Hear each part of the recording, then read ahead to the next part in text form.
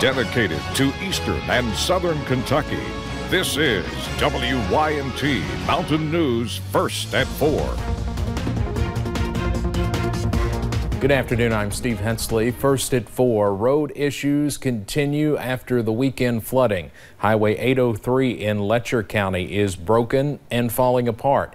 The people who live in that area say if it gives way, people will be stranded. WYMT's Will Puckett has more from Millstone. Road breaks in eastern Kentucky are beginning to rack up. This one right behind me in Letcher County would strand more than 100 people if it gives way. The break on Kentucky 803 started about 2 weeks ago. Since then, the people who live back in the holla have had to drive over or around it to get to where they're going.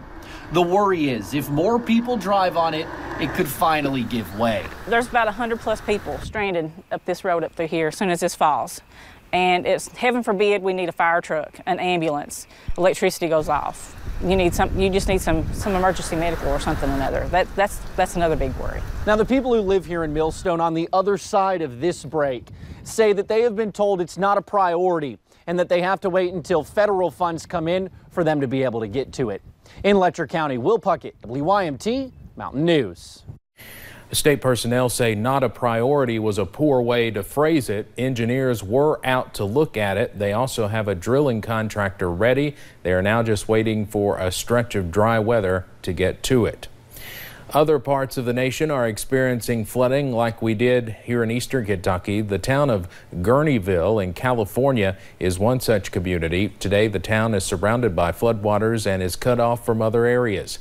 Sheriff's officials in Sonoma County said all roads leading to the town were flooded around 4 this morning. The Russian River has been above flood stage since yesterday and is projected to crest later tonight. What do you think you're going to do? Go home. Yeah, I can't make it to work, so I'm going home, I guess. Yeah. You wouldn't risk it to drive through this? Nope. No way. No. I don't want to drown. Officials also say the Napa River in San Helena in nearby Napa County could also overflow.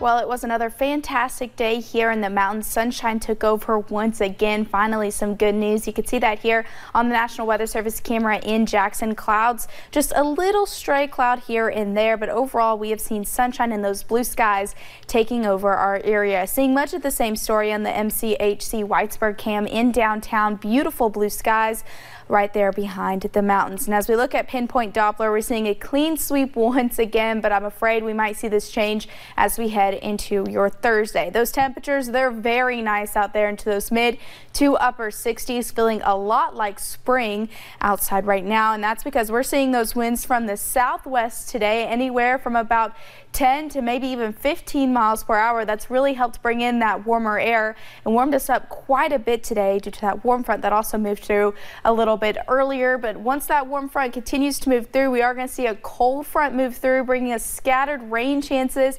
And then we have a chance for a little bit of snow as we head into the weekend. We also have cooler temperatures in the forecast as well. I'll have those details coming up in just a little bit. Steve. All right, Paige, thank you. It was a day of high drama on Capitol Hill, where President Donald Trump's former personal attorney delivered public testimony to lawmakers. CBS's Natalie Brand reports on Michael Cohen's explosive language about the president. Michael Cohen turned on his former boss, saying he regrets the day he first went to work for Donald Trump. I am ashamed because I know what Mr. Trump is. He is a racist. He is a con man, and he is a cheat. Testifying under oath, Cohen said President Trump reimbursed him for payments to cover up an affair with porn star Stormy Daniels. Lying to the First Lady is one of my biggest regrets because she is a kind, good person, and I respect her greatly. He also said during the presidential campaign that candidate Trump knew ahead of time about WikiLeaks releasing damaging emails about Hillary Clinton. And he alleged Mr. Trump knew of and directed plans for a Trump Tower in Moscow throughout his 2016 campaign and lied about it. Complicating his testimony, Cohen has pleaded guilty to lying to Congress in the past, which brought a stern warning from the committee chairman. We will not tolerate lying to this Congress. And attacks from the right. You're about to go to prison for lying. How can we believe anything you say? Republicans fought fiercely to stop Cohen from testifying, calling the disbarred attorney a fraudster and a cheat. Liar, liar, pants on fire. No one should ever listen to you and give you credibility. Cohen answered the onslaught with his own accusation. I did the same thing that you're doing now for 10 years. I protected Mr. Trump for 10 years. President Trump is at a summit with North Korea, but weighed in on Twitter, saying Cohen is lying to reduce his prison time. And Natalie Brand, CBS News, Capitol Hill.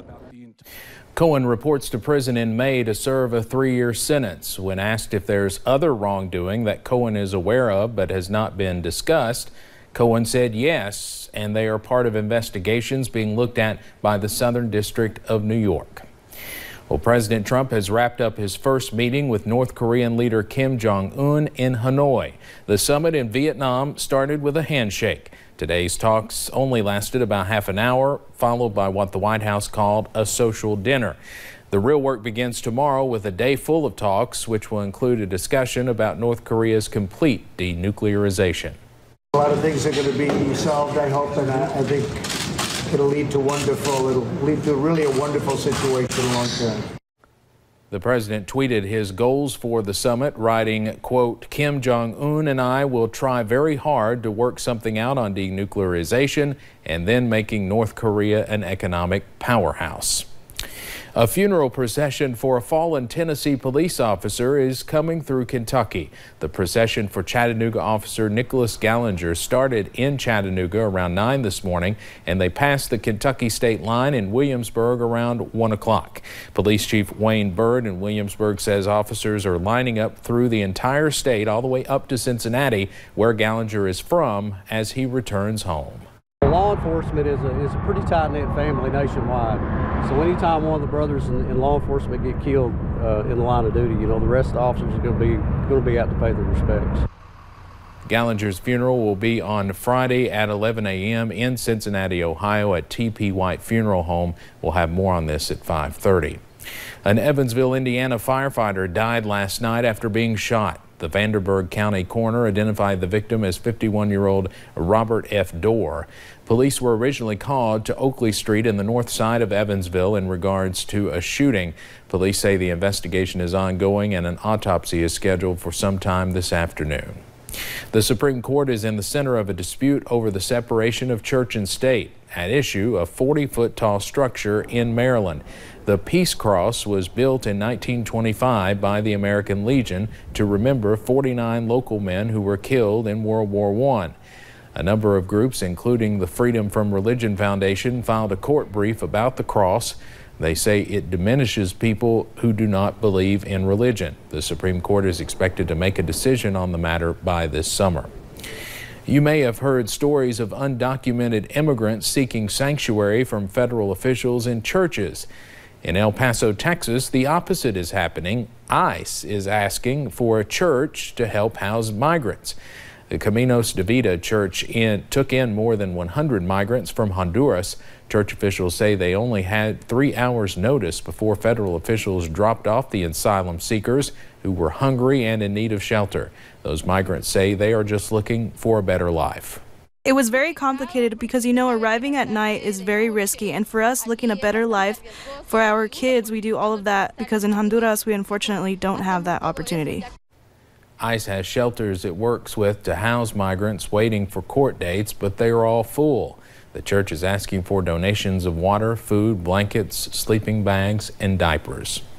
Let's head over to Wall Street now on this Wednesday afternoon. The Dow closes down today more than 72 points. Sully the dog is starting a new job. The Labrador Retriever is best known for being the service dog for former President George H.W. Bush. He garnered worldwide attention when a photo of him laying in front of the late president's casket went viral after Bush died last year. The Walter Reed National Military Medical Center welcomed him aboard today to serve in its facility dog program. His duties will be a bit lighter than what he did for the president. Sully's main job will be interacting with patients to help reduce their stress. Straight ahead on First at 4, the family of Michael Jackson is firing back after 2 men accuse Michael of molesting them in a new documentary. And scattered rain chances return along with the chance for some snow. We'll break down the full forecast in just a few minutes.